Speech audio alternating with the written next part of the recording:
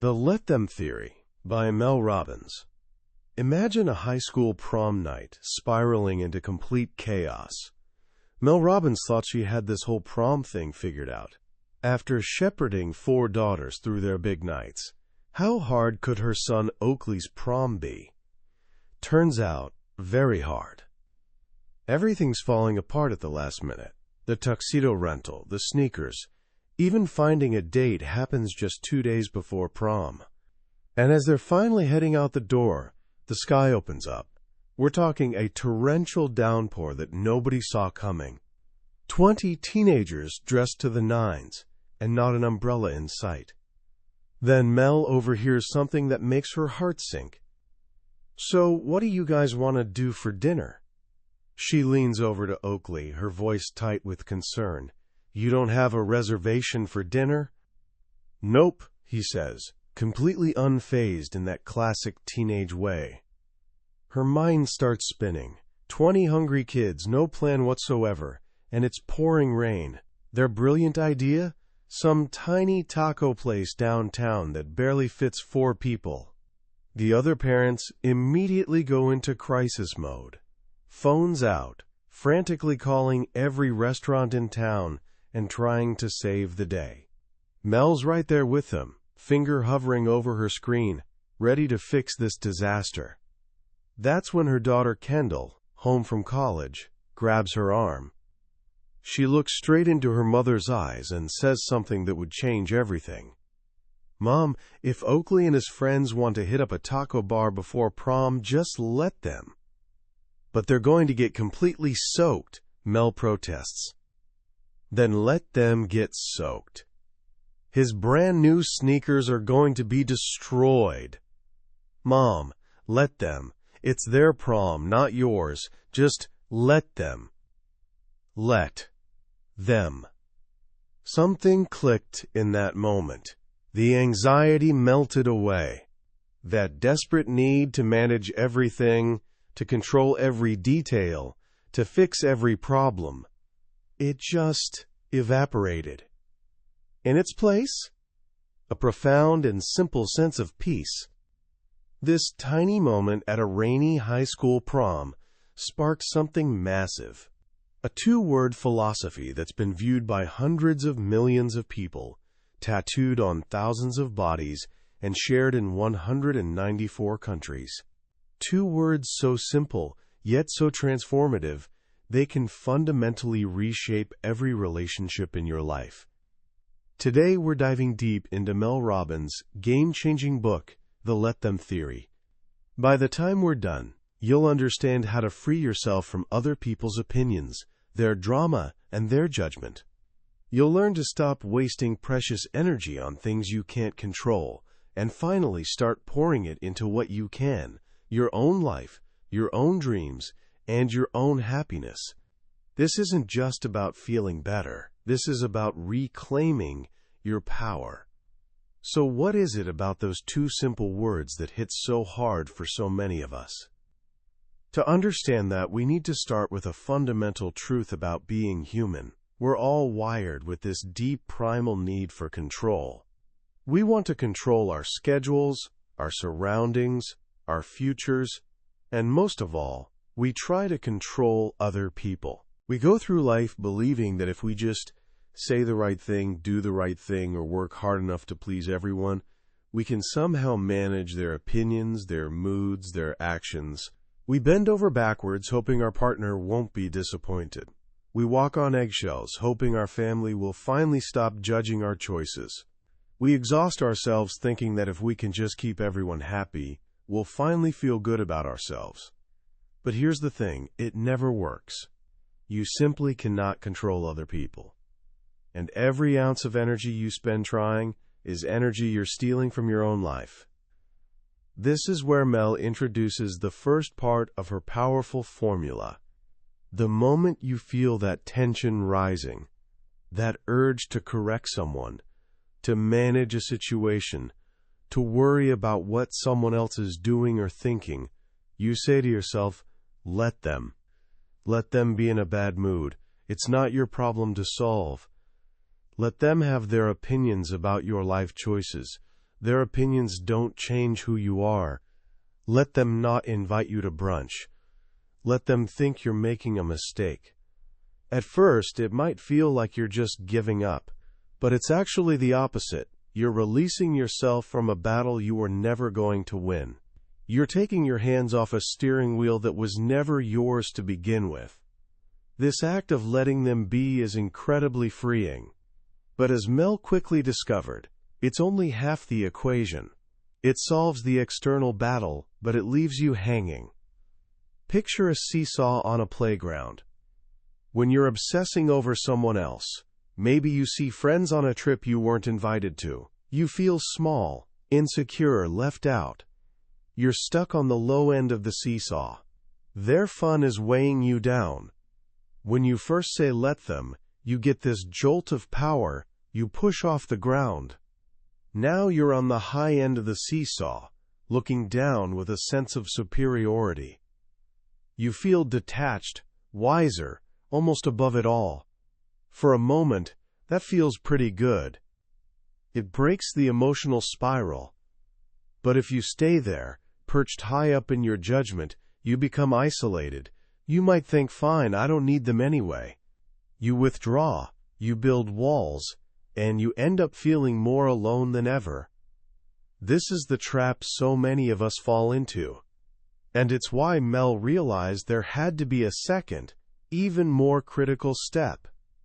After you say let them, you must immediately follow it with two other words. Let me. Let them go on the trip without me. Let me be honest with myself. Have I been making an effort in those friendships? Let me take responsibility for creating the social life I want. Let me reach out and plan something fun. Let them is about releasing control over others.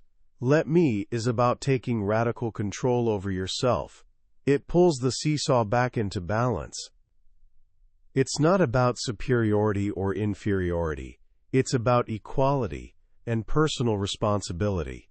You give them the space to live their lives, and you give yourself the grace and power to live yours. This two-part framework, let them plus let me, is the engine that drives the entire philosophy.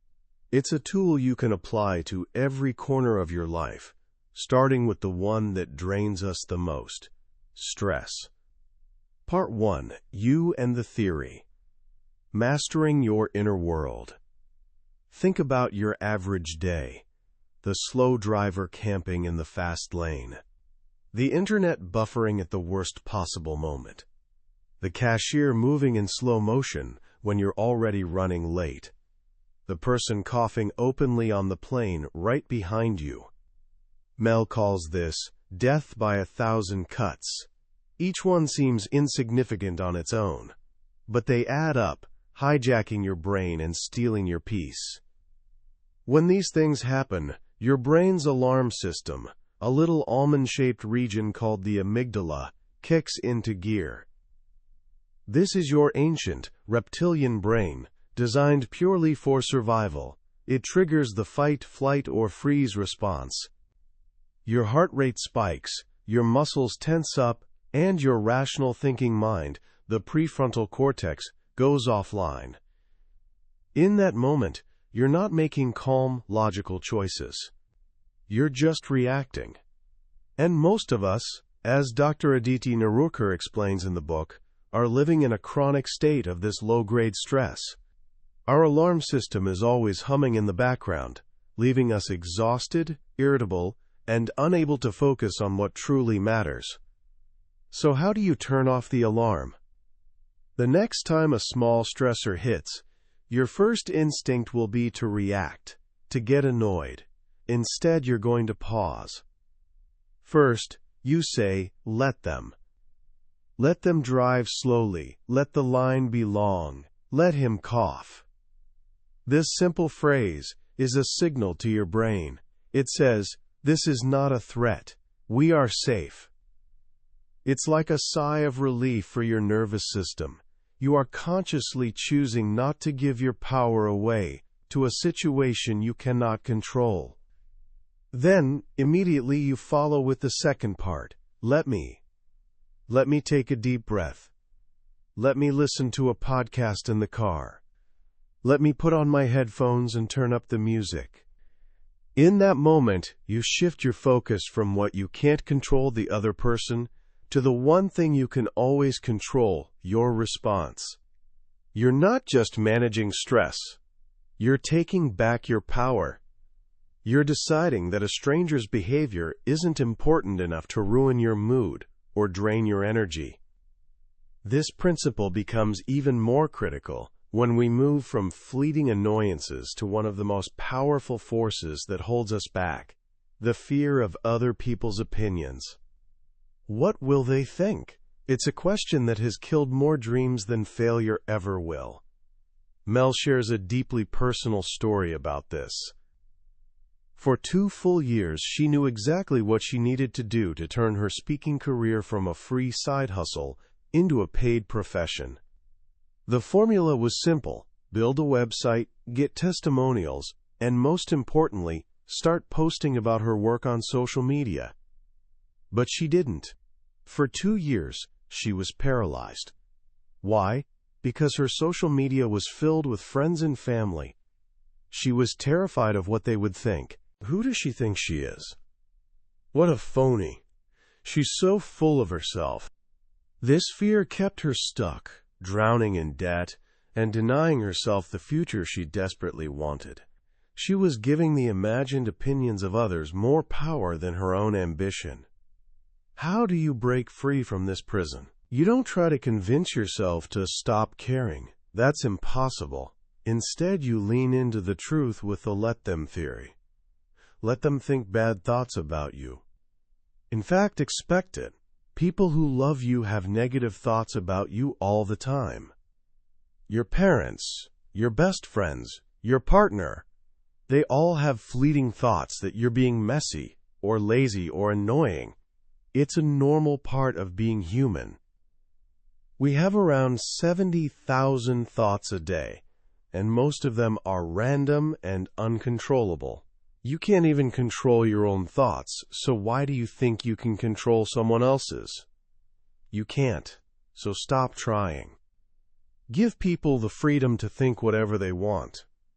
And then, give yourself the freedom to live. Let me make decisions that make me proud. Let me take risks that align with my values. Let me write the book, post the picture, apply for the job.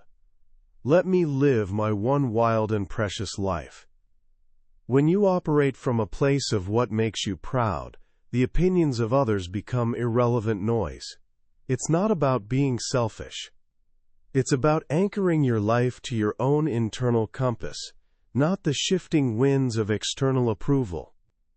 This becomes especially powerful when dealing with the raw, unpredictable nature of emotional reactions, both ours and others. The book offers a groundbreaking insight from Mel's therapist. Most adults are just 8-year-old children in big bodies. Think about it. When a child doesn't get the toy they want, they might cry, pout, or throw a tantrum. They don't have the skills to regulate their big emotions. Well, most adults never learned those skills either. They just got better at hiding them. The child who sulks in the corner becomes the adult who gives you the silent treatment. The child who throws a tantrum becomes the adult who sends rage-filled texts. The child who runs away becomes the adult who avoids confrontation at all costs. When you see someone's emotional immaturity for what it is, a grown-up throwing a tantrum, your frustration can transform into compassion. It's not your job to manage their feelings, and it's certainly not your job to give them the toy just to make them stop crying. Your job is to let them have their reaction, let them be angry, let them be disappointed, let them give you the silent treatment. Their emotional outburst is not your responsibility to fix. Then you turn to yourself. Let me be the mature, wise adult in this situation. Let me set a boundary with kindness and firmness. Let me remove myself from the drama. This is how you stop walking on eggshells. It's how you say no without feeling guilty.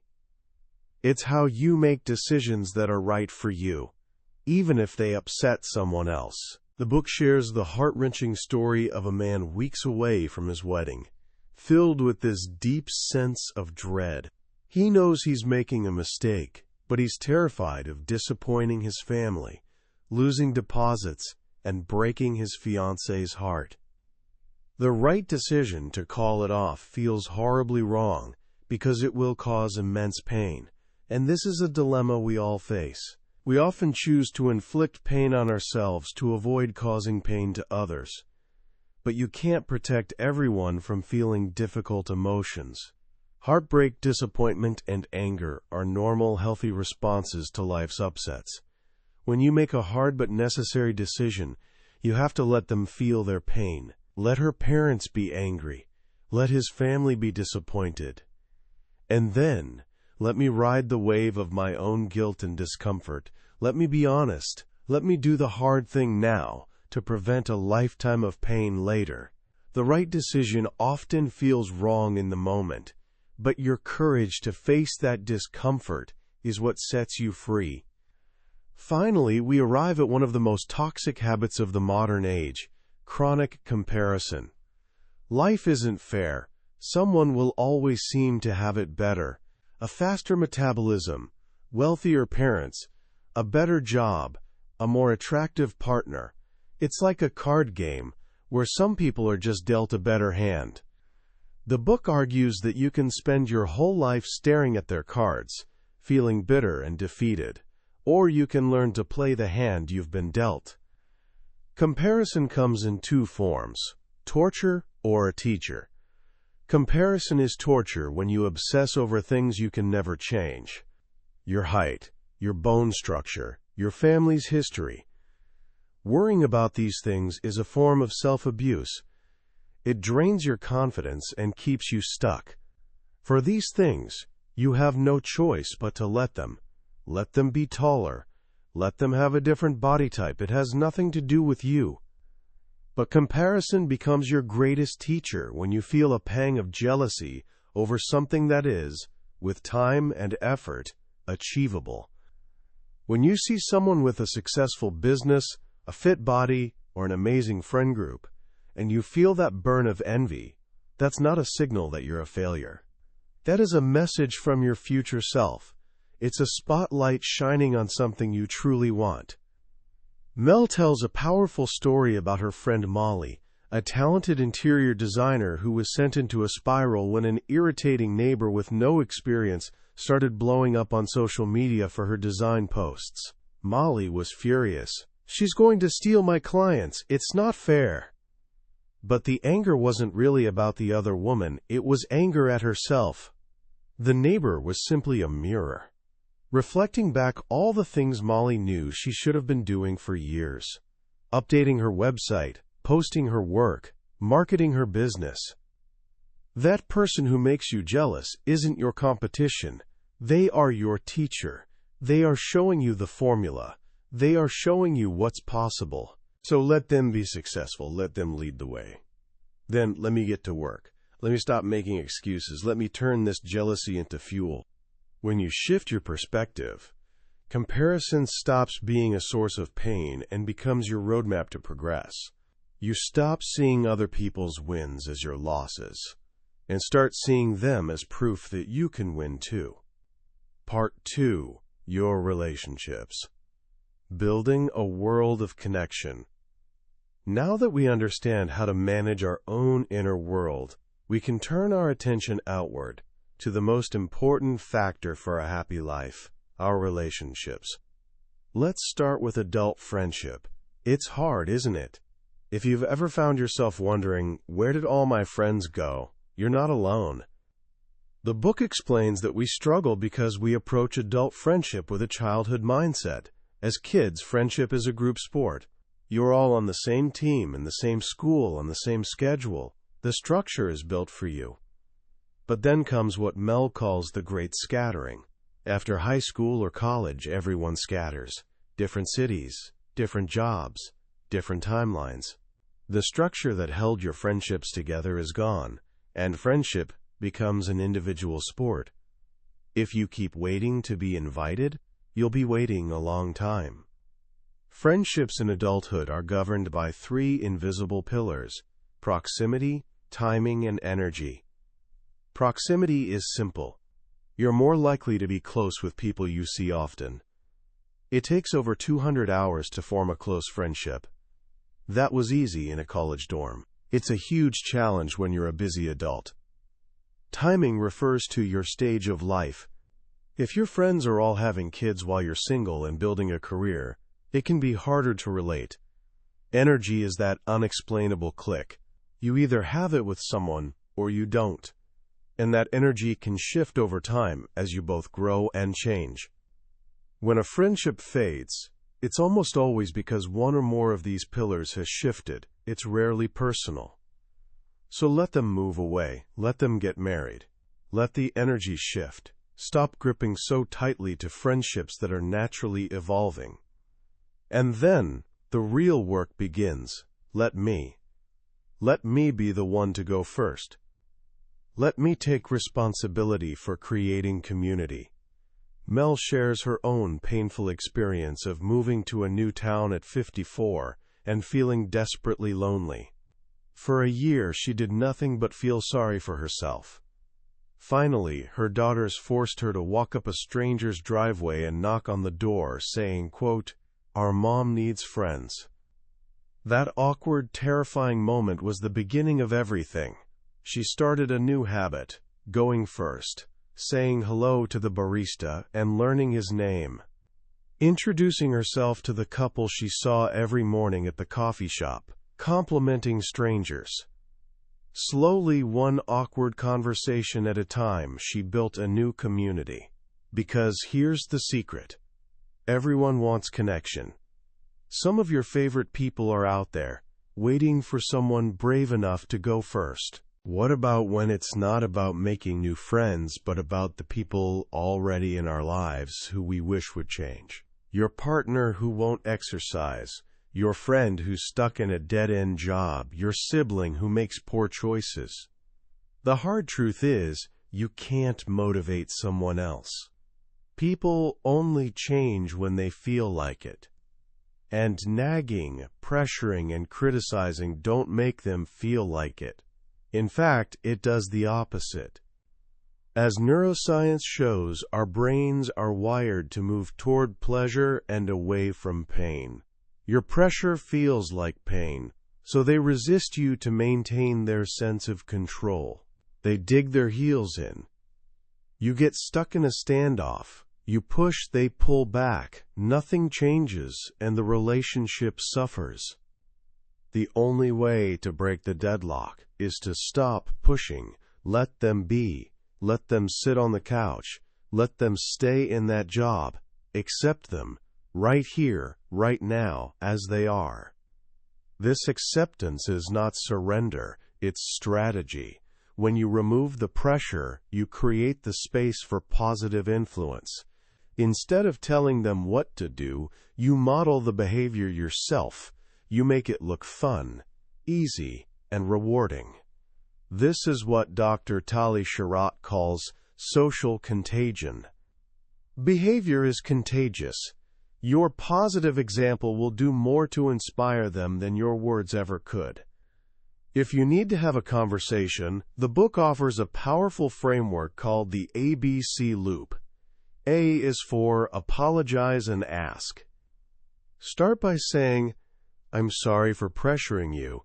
I've never actually asked, how do you feel about your health, your job, your situation?" Then, just listen. Ask open-ended questions. Your goal isn't to be right, it's to help them hear themselves. B is for back off and observe their behavior. After the conversation, say nothing. Give them space. Let the tension they now feel do the work. C is for celebrate. The moment you see the smallest step of progress, celebrate it. Positive reinforcement is incredibly powerful. It wires their brain to associate the hard thing with a good feeling. This approach works beautifully for everyday changes. But what about when someone is truly struggling with addiction, depression, or crippling grief? Surely you can't just let them spiral. Of course not.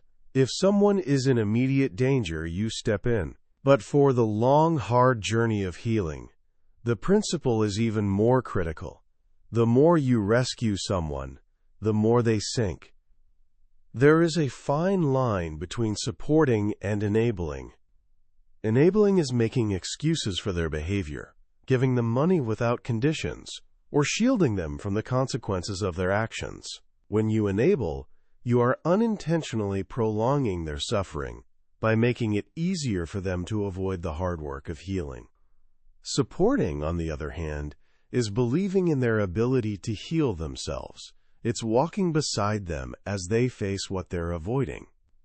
It's creating an environment that makes healing easier, dropping off a healthy meal, taking their kids for an afternoon, sending a text that says, "I'm thinking of you," without expecting a reply. Sometimes, the most loving thing you can do is to let them hit rock bottom. Let them feel the natural consequences of their choices. It is often that pain that finally galvanizes their will to change. And then, let me be the one who stands by their side, holding the light, reminding them of the strength they have within. Let me offer support with conditions. I will pay for your therapy, but not your rent. Let me believe in their recovery, even when they don't. This brings us to the most vulnerable part of our lives, love. Whether you're dating, in a long-term partnership, or healing from heartbreak, the let them theory is your compass. When you're dating, it's so easy to get lost in the fantasy of what a relationship could be, instead of seeing the reality of what it is. You make excuses for their behavior, you chase their potential, and you ignore the red flags because you're scared of being alone. The book offers a simple, powerful truth. If someone likes you, you'll know. If they don't, you'll be confused. Confusion is not a signal to try harder. It's a clear message. Their behavior tells you everything you need to know. Let them show you who they are. Let them text you but never make a plan. Let them ghost you. Let them tell you they don't like labels. Their behavior is not a mystery to be solved. It's a fact to be accepted. They are showing you that you are not a priority. And once you accept that, you must turn to yourself. Let me value my time more than this. Let me walk away from anyone who is not choosing me back. Let me believe I deserve mutual effort, mutual respect, and mutual love. Saying no to the wrong person is how you say yes to finding the right one. But what if you're already in a committed relationship and things feel stuck? The Gottman Institute has found that a staggering 69% of relationship problems are perpetual. They will never be solved. It could be a difference in personality, habits, or values. Your partner will likely never change that thing that drives you crazy. So you have a choice. Let them be who they are. And then ask yourself the big question, is this a deal breaker? Can I love and accept this person exactly as they are for the rest of my life? If the answer is no, if their behavior violates one of your core values or requires you to give up on a fundamental dream, then you have a hard decision to make. But if the answer is yes, then you have another choice. Let me end my bitching. Let me stop complaining, stop nagging, and stop trying to change them. Let me accept them fully and focus on all the wonderful things that made me fall in love with them in the first place. This is how you water the grass where you are. Every relationship, whether it lasts a lifetime or a season, is a teacher, and every ending is a beautiful beginning.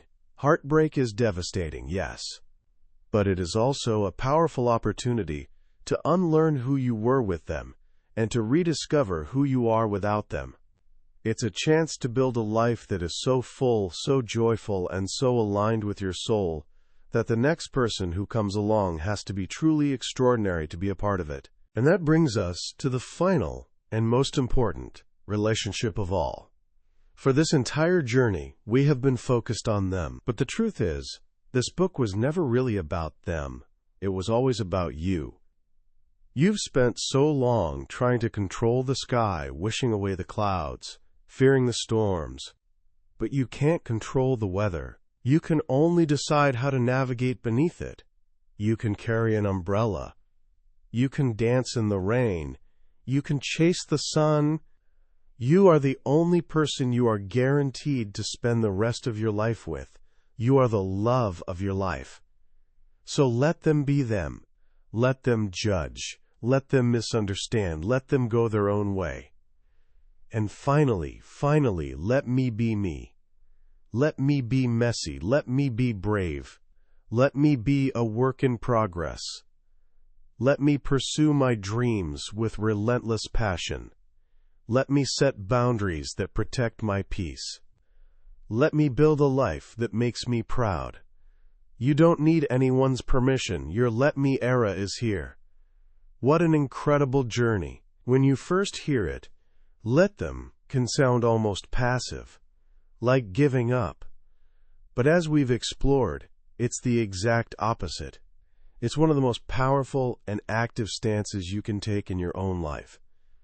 The genius of Mel Robbins' framework is its profound simplicity. It takes ancient wisdom from Stoicism, modern principles from psychology, and complex neuroscience, and boils it all down into a two-step mantra that you can use in any situation, at any moment. It's a declaration of freedom. Freedom from the exhausting, impossible task of managing the entire world around you.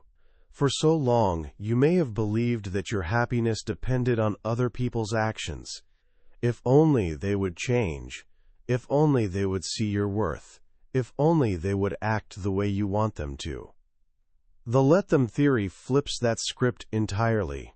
It says your happiness, your peace, and your success have absolutely nothing to do with them, and everything to do with you. It's a radical shift from being a passenger in your own life to grabbing the steering wheel with both hands.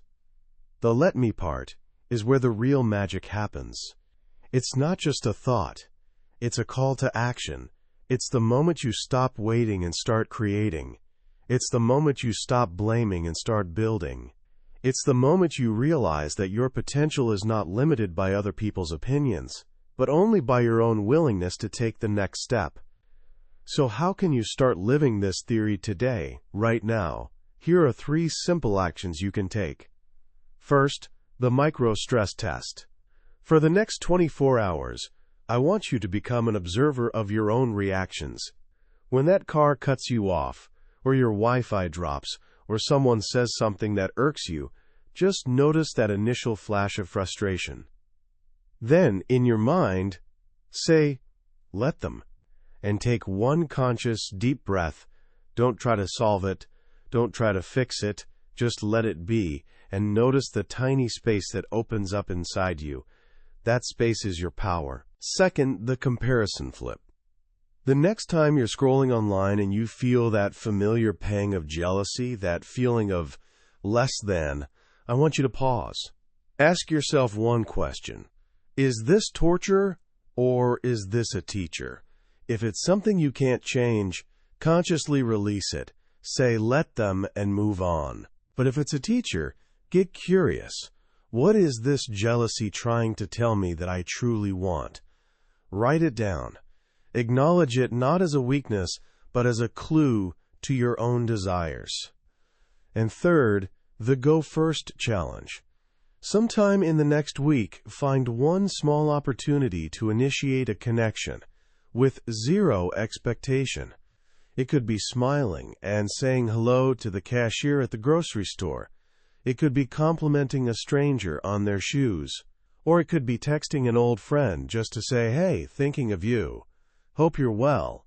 And then putting your phone away without waiting for a reply. The goal isn't to get something back. It's to practice being the source of warmth and connection in your own life. That was a summary of The Let Them Theory by Mel Robbins. We've explored the core ideas today, but I'll be honest with you. A summary is like looking at a map of a beautiful country.